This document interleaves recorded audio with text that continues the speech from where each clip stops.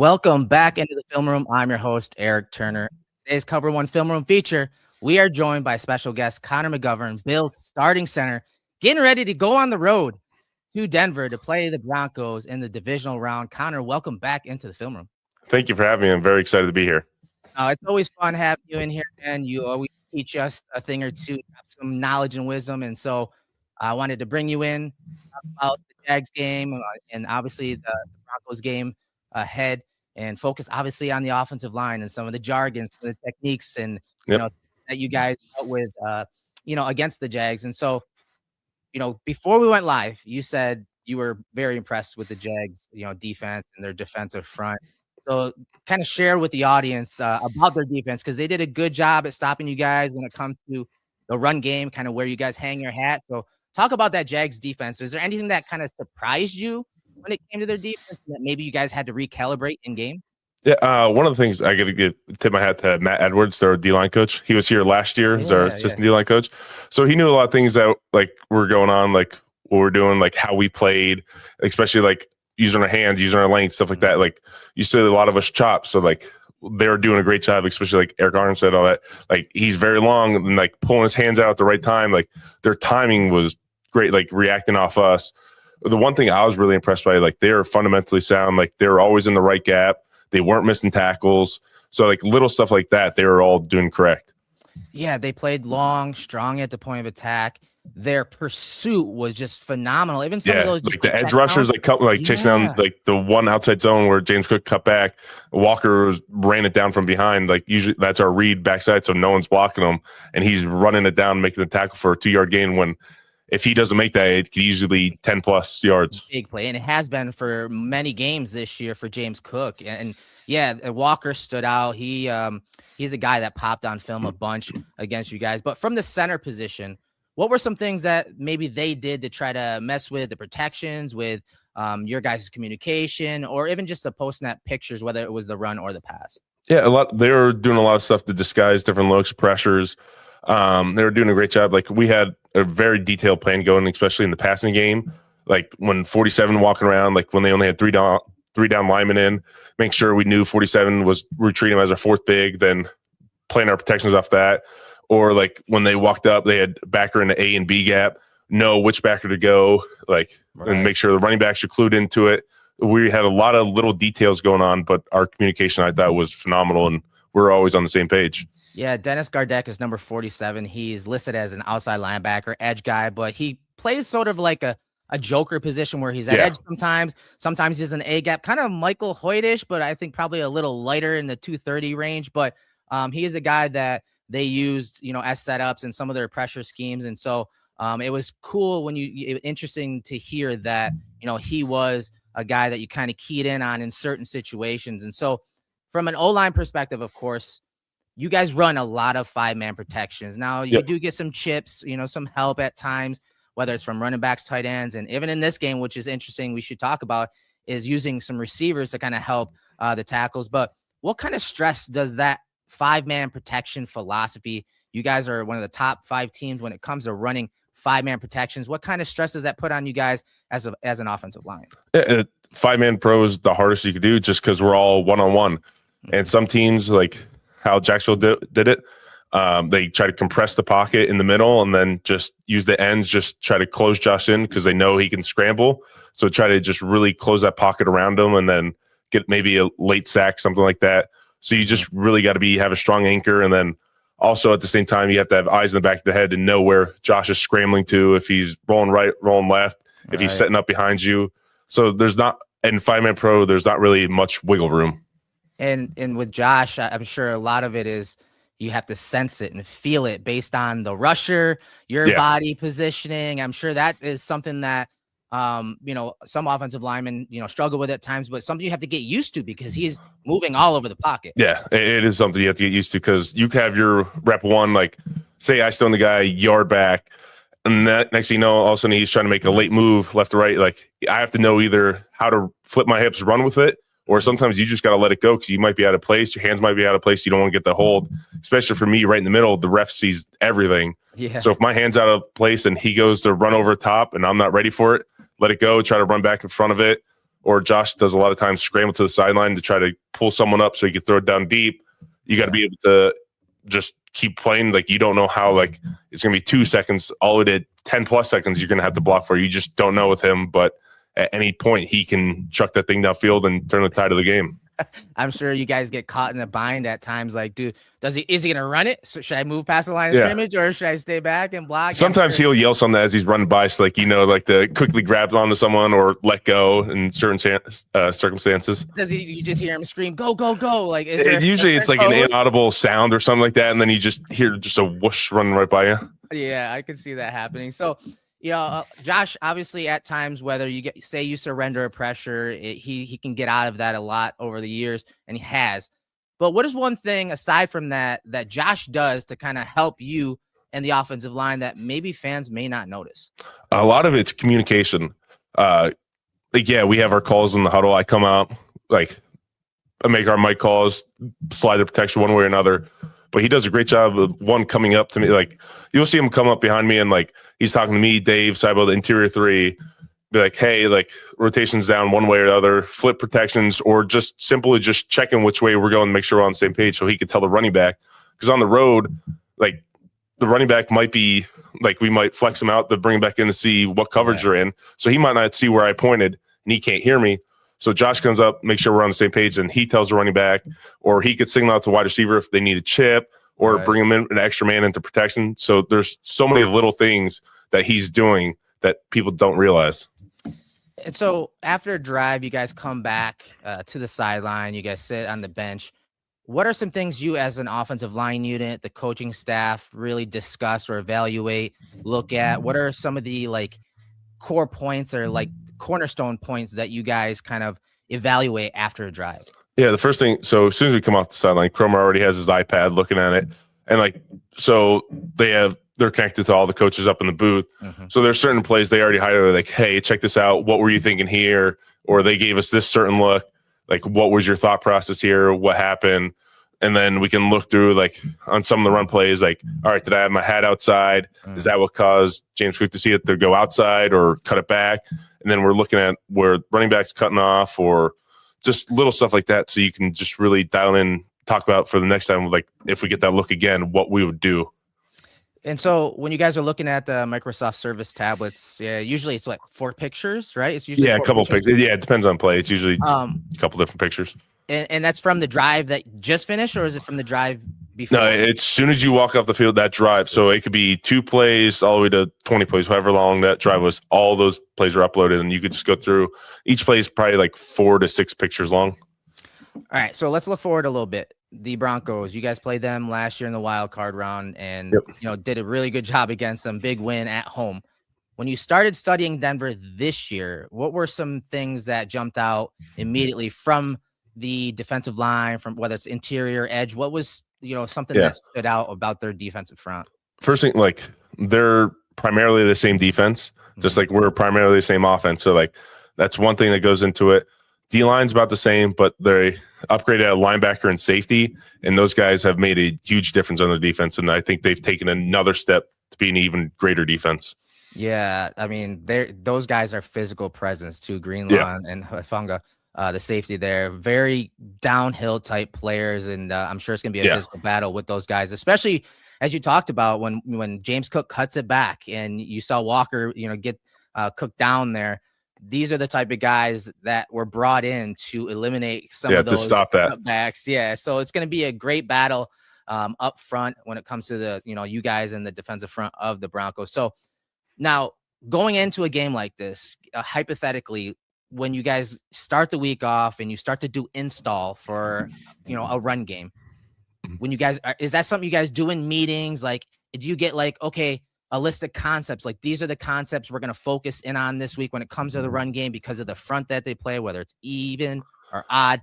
How does that process of run game install occur in the meeting rooms? Yeah, so like first we'll start with like our base run install. Then we'll go to nickel, penny. We'll go through everything, then hit the play actions, then the screen. So everything just plays off each other like that. It's very simple, straightforward.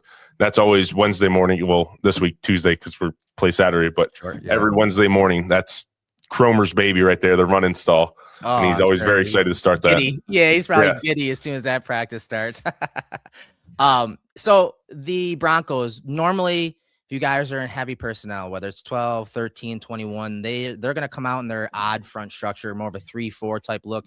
A little different at times. I know that the Jags kind of have like a hybrid type scheme, but talk about the difference between playing against an odd front structure versus maybe an even front structure. Yeah, even you got your 4 guys in front of you. It makes my job a little bit easier. I don't have anyone lined up right over top of me, so I'm more of in a helping phase. And so, like, say we have mid zone to left, and we have a 3 tech front side. I'm not really thinking I'm touching. I'm thinking eyes. Like, say we have mid zone to the left. I have eyes to Dave. Nope, nothing's laying in. I'm going right up to the linebacker now. Now I change to the odd front.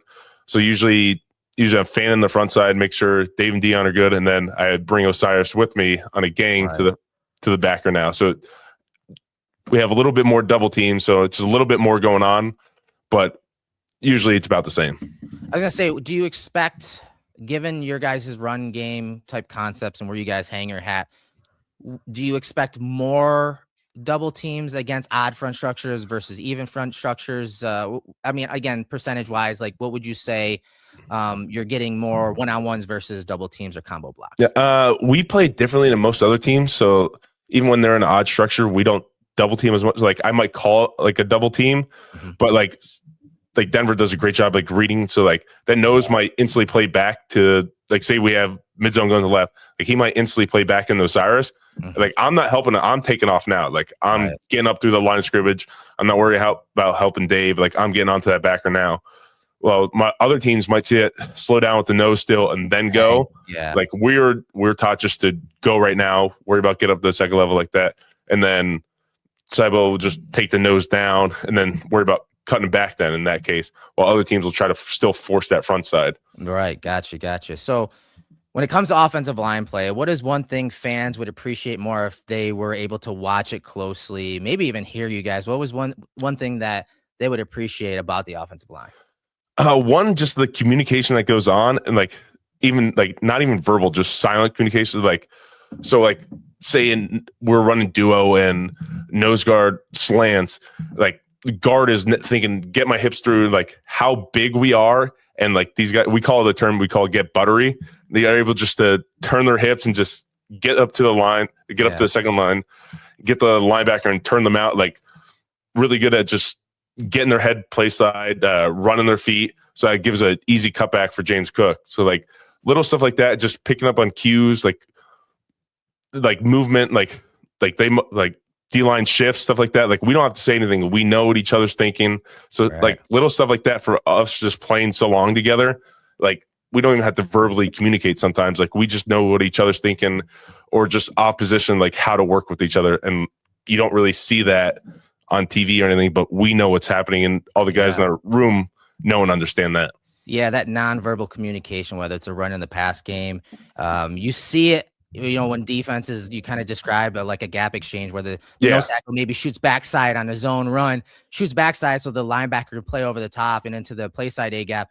You guys are just flawlessly picking it up, and it just make it look so easy. And I'm sure that continuity among the starters up front has a lot to do with that nonverbal communication. Even the pass game, you know, at times, you know, as a pivot, you're the center, you're sliding to one side and you're helping, and you're kind of overlapping. And at times even just a little tap on the shoulder, the back, hey, I'm here if you need me. If a guy spikes inside, that is so important among the offensive line, whether it's verbal or nonverbal communication.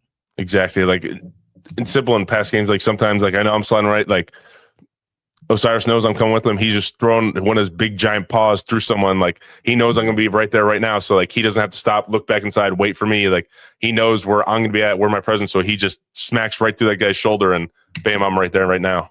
All right, let's take a look at a couple plays before we get you out of here. Again, we appreciate you joining us here in the film room. And so I want to talk about some pass protections, straight drop back, but also some play action stuff. And I want you to highlight for us again, that collaborative effort, that teamwork. And fans, keep in mind, the Bills were on the road against the Jags in a hostile environment. I heard it was a great atmosphere, very loud. And so that weather was nice too. So that was another positive. Definitely a plus coming from Western New York. There's no doubt about it. So talk about the collaborative effort. And then again, some of the communication that is happening when I'm sure the stadium is shaking with you guys at the line of scrimmage? Yeah, like, so in this instance right here, like, so I'm coming up the line, I'm setting the protection to the widest right outside, so I'm sliding protection right. Then you're going to see, like, I get down, and then Dave is communicating with Josh, so we're on 2 here. So I give the first indicator. Like, now I'm locked in. Like, I can't turn around, do other stuff, because Dion, Spencer might see that, and now they're going. So Dave does a great job, especially on the road. Like, he does this all the time, but on the road, it's a whole nother level. Like, you see him turn back, like, because he could stand up, turn around, look to Josh. Like, he sees the rotation come down. So me and him are talking right now. And so he turns around and tell Josh. Josh is on the same page. Now Josh is flipping the protection over to the left. Now we have a slide going left. Now the right side knows their man. So just little stuff like that, like, people don't realize. Like, once I give that first, like, head bob or whatnot, like, I can't move anymore, because you don't, like, one of the tackles, someone might see that and try to move. So luckily I have Dave next to me that does a great job, and he sees the same stuff. So we're able to talk it out. And then Josh coming up, like, at home games, Josh could just stay back there and we can talk to him all day. Right. But on the road game, he makes sure he comes right up to me. So he's talking right into my ear. It doesn't matter how loud it is. I could hear it. So then I can relay it to the guards.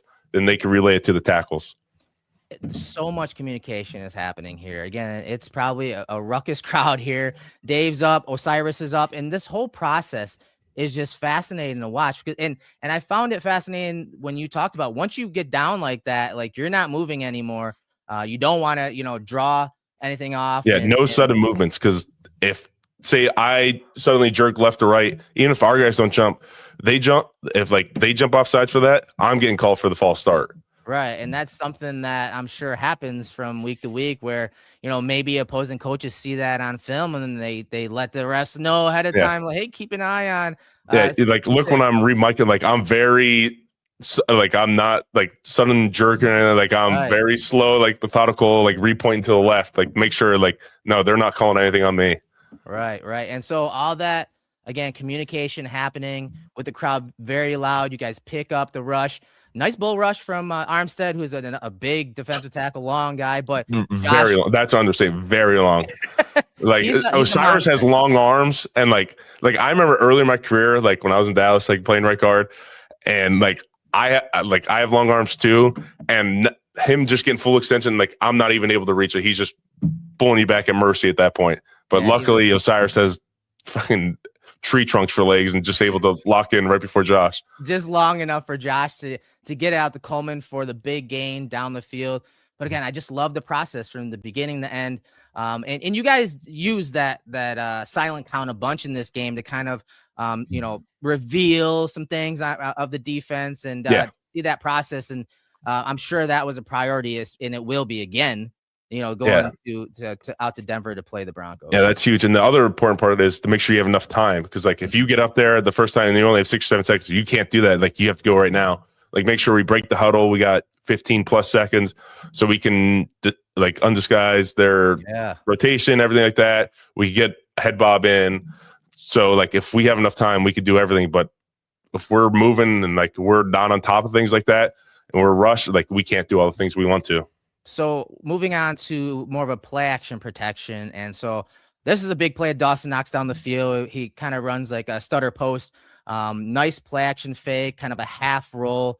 And I want you to kind of highlight the differences between straight drop back pass protection and then play action protection. And even maybe highlight how moving on this half roll, moving Josh a little bit, changing that platform, kind of helps the offensive line pick up the pass rush.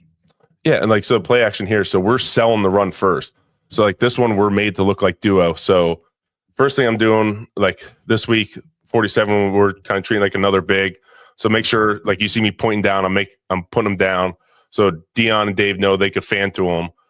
So you're counting him as a rusher. You're counting him as a down lineman. Yeah, down. So we're automatically fan out to him. Now, from me backside, we're treating it just like we would duo block. Like the first couple steps, we're getting into like duo. So you see me, like, I'm going to hit the left side of the shoulder because I know Osiris is looking inside. So if he plays back now, Cybo's taking that. Like, he's protecting the backside A gap. I have front side A gap. Dave has front side B, so on, so on. So Osiris and Spencer are four hands getting into it, try to pull that 23, that linebacker up. And then settle one, like get into a 3-step, settle, and now Osiris is now falling over to my inside. So I know if anything happens late, he's there to retrace that. He's got it.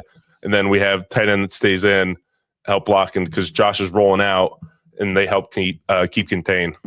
And so this is made to look like duo or mid zone?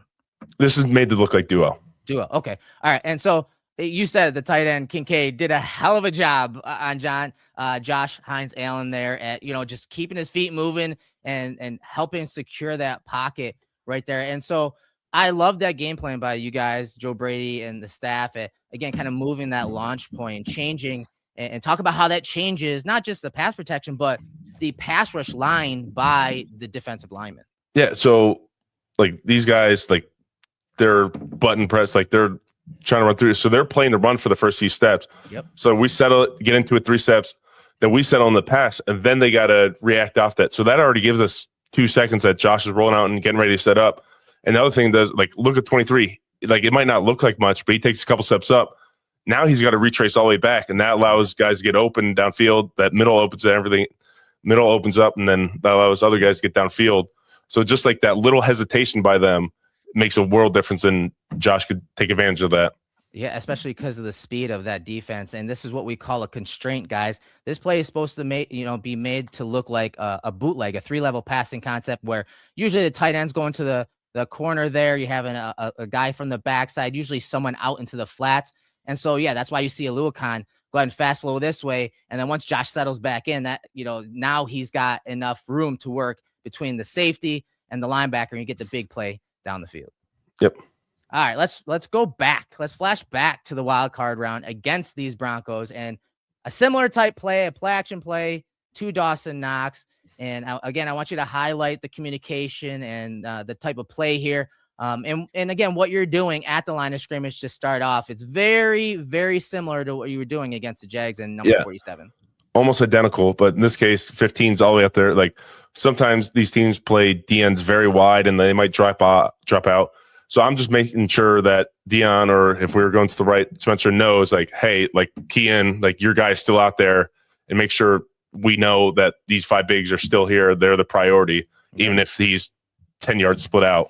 Right. So you got Benito out here. Here's 2. Here's 3. Here's 4. And even Cooper's out wide, number 0 there. So you're counting. Essentially, you're letting everyone know, hey, we got these wide 9s, but we are counting them as down linemen, correct? Yep. Yeah. And then after that, so we're technically, it would be like a fan out to 15 here. Then Osiris and Spencer know, hey, like say we had like that last play that from Jacksonville, they know like they have to work across the next guy, their forehands to like the next linebacker spot. This play is more straight 5-man pro here. Yeah. Downhill, right? It's more of a downhill instead of horizontal.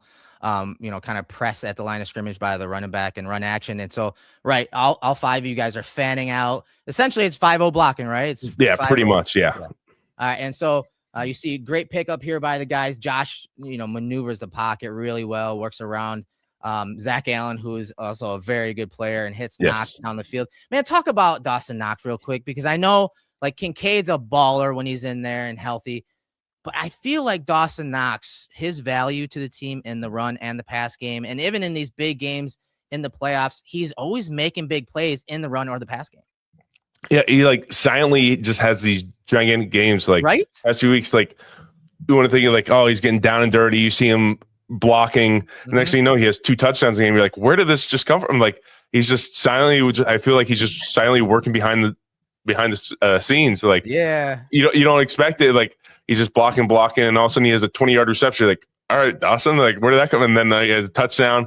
Then he just keeps going. Like he just puts his head down and keeps working. And it seems like teams almost forget that he's there because he's just in the motion of everything. And then he just becomes a great athlete and just escapes. And him and Josh have such a great connection that he knows where to find soft spots.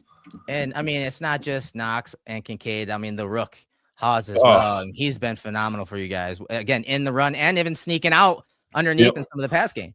Exactly. It's so fun watching him block. I'm so happy to have him. Yeah, no, he's a great player, and I'm excited to see his future, especially on the offense. Not just like in line as a blocker, but in college, he also did some things when you guys are in shotgun, kind of that H-back role. Hopefully we get to see some of that in the future. And so that would be legendary having him back there. So for the last play, let's take a look at this big play, touchdown to Kincaid. Another one of those type of constraints made to look kind of like the screen to Shakir. Shakir has that gravity. You get guys downhill, and Josh was just on another level when it came to processing and making throws. When guys are covered, I mean, Devin Lloyd's on this guy. He passes him off to the deep third corner, but Josh is ripping it already and getting it to Kincaid. And just that timing is insane. It's unreal. He just like takes it up a notch as soon as the playoffs start. It's fun to watch, obviously. So walk us through the protection side of things here from the end zone angle. Before we get into, I just want to shout, like, look at Khalil when he goes, like, he sets up for that screen. Like, just people might know, like, oh, like he's just going through the phase. No, like he throws up the hand. So, like, you got to honor that. Like, Josh pumps with it, the time with the hand. So, like, they got to react that.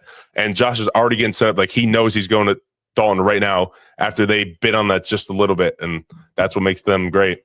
It's so freaking pretty to watch those guys work. And again, this is low. This is a high red zone. This is the short side of the field. Like, you have to be on point with those throws, but you also have to be on point with the protection. So walk us through that. Yeah. So one thing, you see my thumb go up here. So like I was talking about before, like once I'm down on the, like I'm not making any sudden changes, all that. So I come up here, make sure we have our slide protection going to the right to the widest threat. And Josh is screaming, basically making sure, like, he's like, hey, I want to mic, who's out to the 22 out there? Yeah. So he's like, Mike 22. And so instead of me turning around like I would in a home game, I'm just giving a thumbs up, like, hey, we hear that. That's already where we're going. We're on the same page. Then you see Osiris pointing it out, making sure the same thing. And so we all know. So us, running back, Khalil in this case, everyone knows we're on the same page. And so post snap, real quick, talk us through just this kind of protection here with you, Cybo, Spencer Brown, and then Edwards and Dawkins off to the right side of the screen. Yeah. So the right side, we have the slide protection. So we're 3 for 3. So I'm Mike 22. So he's inside. So Spencer instantly knows, all right, I'm 1-on-1, 44. Cyrus isn't probably going to help unless something happens, like 22 decides to late go outside. But once 44 plays out like that, he knows he's 1-on-1. So now it's me and Osiris just 2-on-1 basically, because 22 we know he's not a threat, like right there. So we just lock him down. Then once I feel like I have this under control, like, hey, he's not going anywhere, I could tell Cyrus, hey, go, like late help, Cybo, late help, Spencer. You see his eyes turn out there. Right. Then on the left side, Dave and Dion know they're 1-on-1, so they're setting for a game here because that's what they do. Yeah. So Dave's thinking snap off, Dion's staying tight so they could switch that.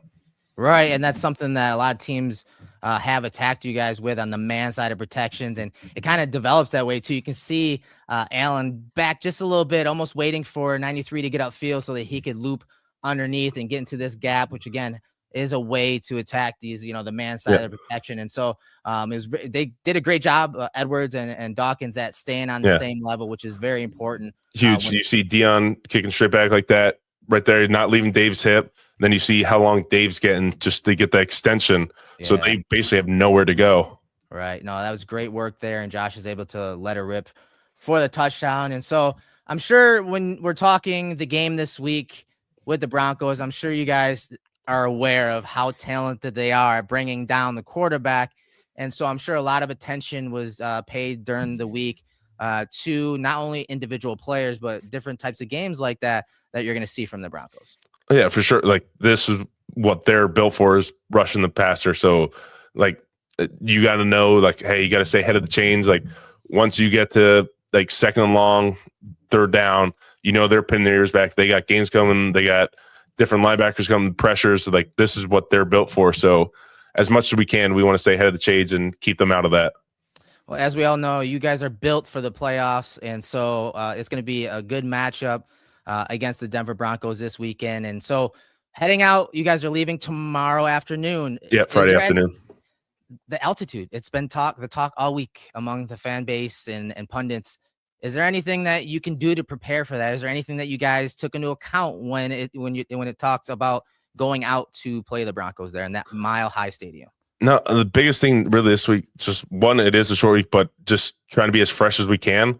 That, I think that's the biggest factor, just trying to get your body feeling good again. The altitude's one thing, but I feel like that's more of a mindset, really. Like, because no matter what, it would take a few days to weeks to really truly adjust to it. But we're there for one game. I think we can mentally handle that. Yeah, that's a great point. It is a mindset. And so on the short week, before I get you out here, on the short week, did you do anything different when it came to taking care of your body? An extra ice bath here or there, an extra, massage to loosen up, some of the sore calves or whatever. Is there anything that you did a little extra this week, knowing that you wanted to be 100% healthy or close to it? I really just keep the same schedule. So basically everything just gets moved up a day. So as soon as we're done with the game, usually you have Monday as your buffer and all that, but Monday was our Tuesday our off day. I like that I have my own personal PT. So basically as soon as I get off the plane, I get home after away games like that, he's already off the house. We're already working. So stuff like that, like even outside the building, like when we're in there, like we're doing walkthroughs during the day, make sure we're fresh. Guys in getting treatment all the time, doing that, but then get home, I'm doing more rounds of PT. So staying on top of my body as much as I can.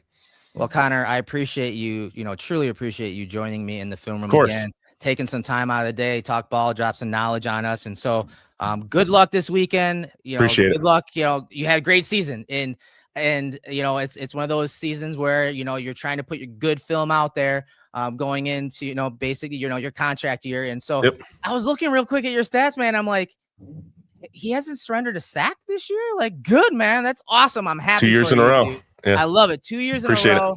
And so you've been a great, boost to film junkies like myself, obviously, and teaching us, but also the fans.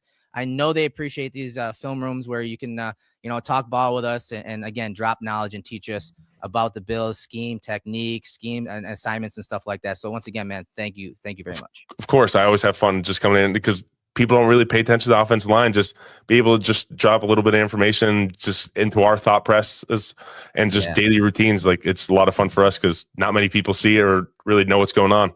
And I appreciate you for actually looking into it. That means a lot to us. Of course, man. And we're always here for the boys in the trenches. There's no doubt about it. That they don't get enough love. And so we try to, highlight that here in the film room. So once again, on behalf of Cover One and the film room, I'm Eric Turner. That's Connor McGovern. We'll see you.